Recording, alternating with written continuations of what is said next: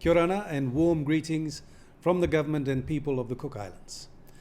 First, let me say how delighted I am to once again have the opportunity to participate in a Cobalt Institute event. Deep sea minerals and how we address the related challenges and opportunities sits at the core of many debates about the efficacy of harvesting the seabed resources of the deep ocean. We are a Polynesian nation made up of 15 islands located in the heart of the South Pacific, some 3,000 miles south of Hawaii. Tourism has for years been by far our biggest income earner, with many visitors enjoying the natural beauty and culture of our islands. COVID, of course, devastated our tourism industry, and while it is slowly beginning to recover, the pandemic provided the Cook Islands with stark evidence of how vulnerable we are to external shocks.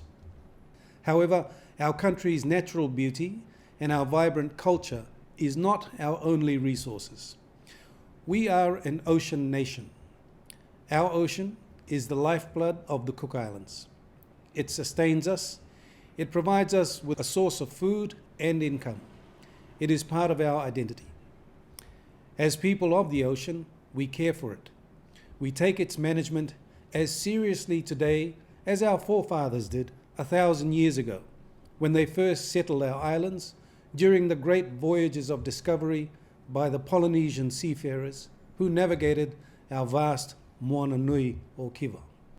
For our forefathers and for us today, our role and responsibility as custodians of our ocean is important to us. 40 years of ocean research in our waters suggests that as much as 12 billion tons of polymetallic nodules, rich in valuable metals, are spread across the Cook Islands seafloor. Estimates of the cobalt contained in these nodules is in the region of 21 million tons, which is significant when you consider that in 2021, global cobalt production was about 170,000 tons. The demand for these minerals is growing.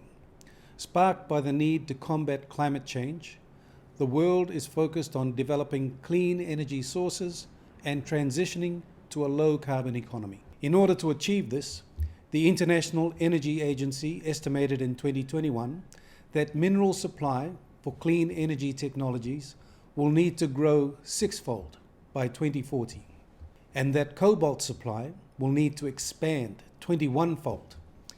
We know that the minerals located in our deep ocean could potentially help meet this need. Securing access to what is now strategic metals has never been more important. I note the lengths that battery manufacturers are going to ensure their access to the metals needed to produce batteries for electric vehicles.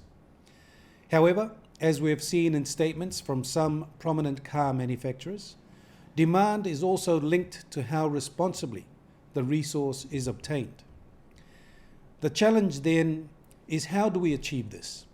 How do we responsibly and sustainably obtain from the seafloor the metals necessary to facilitate the green transition? My government is committed to building a seabed minerals sector based on best principles and practices, supported by a robust legal framework and in harmony with our high environmental, social, and cultural values. I believe that the keys for us achieving this are, firstly, improving our understanding of the marine environment.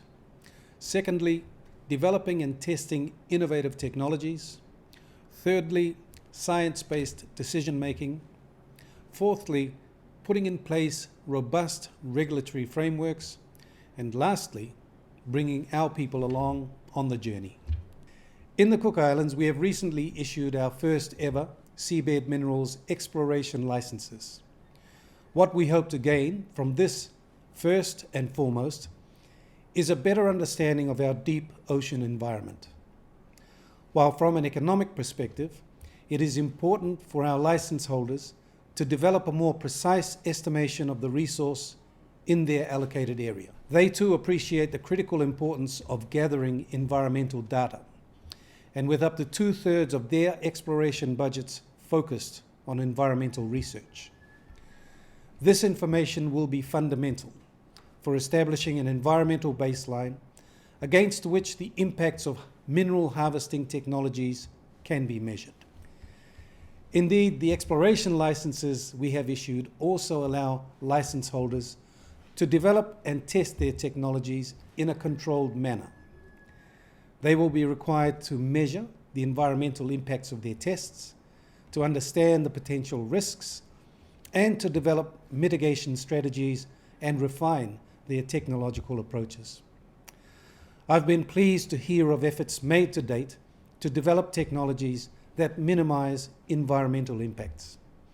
All of this, I might add, is before we have even made a decision on whether to allow nodule harvesting. The onus is on our license holders to be innovative. We cannot change the environment in which they operate, but they can adapt their technology. I put this challenge to the industry. Be innovative. Bring your best game. The stakes are high, and those that develop the best technology will most likely be the ones that are successful when decisions are made. In the Cook Islands, we have adopted the precautionary approach to making decisions about the development of our seabed minerals resources. This aligns with our values and our Marae Moana principles, which have the primary purpose of protecting and conserving the ecological, biodiversity, and heritage values of the Cook Islands marine environment across our entire EEZ. The information gathered during the exploration phase will be vital for ensuring that future decisions about whether to allow minerals harvesting to proceed are science-based. While the Cook Islands are in the early stages of exploration and decisions on whether to allow harvesting are still some way off, we need to look ahead. If it is demonstrated that seabed minerals can be harvested responsibly and sustainably with no serious harm to the environment, and we decide to allow it, we will need to make sure that a robust regulatory framework is in place to govern it. Through the UN Convention on the Law of the Sea, we have a sound and rigorous legal regime within which the sustainable development of seabed minerals can take place, and with environmental protection front and centre. Furthermore, the Cook Islands has the benefit of learning from the experiences as well as the practices and processes of other jurisdictions.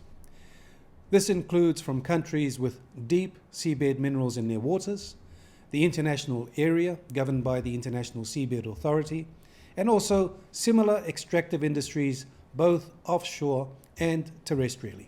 As the Prime Minister of the Cook Islands, I also have the added responsibility of considering our economic prosperity and the will of our people. This has meant that we have placed great importance on taking our people with us on this journey. Our licensing process was driven by Cook Islanders, and engagement with our communities is one of our key priorities. We have engaged with our communities on all of our islands, our schools, our traditional and religious leaders, and we have a responsibility to continue to do so in an open and transparent manner. We have made it clear to our license holders that they need to dedicate resources to providing trustworthy and useful data to help all our stakeholders make informed decisions. I want our people to be the best informed citizens in the world when it comes to seabed minerals. They need to have easy access to an extensive, fact-based body of knowledge so that they can form their own views and engage in well-informed, meaningful dialogue on our sector's development, which is ultimately for their benefit. In closing, it is clear to me that there will be many challenges to building a successful seabed minerals sector, and that overcoming them will require collaboration and understanding with all stakeholders, but especially with our Cook Islands people. It is my hope that we will see governments, civil society, industry, and our communities collaborating to develop this sector in a responsible and sustainable way for the betterment of humankind. I also understand that different aspects of the seabed minerals sector are more important to different stakeholders.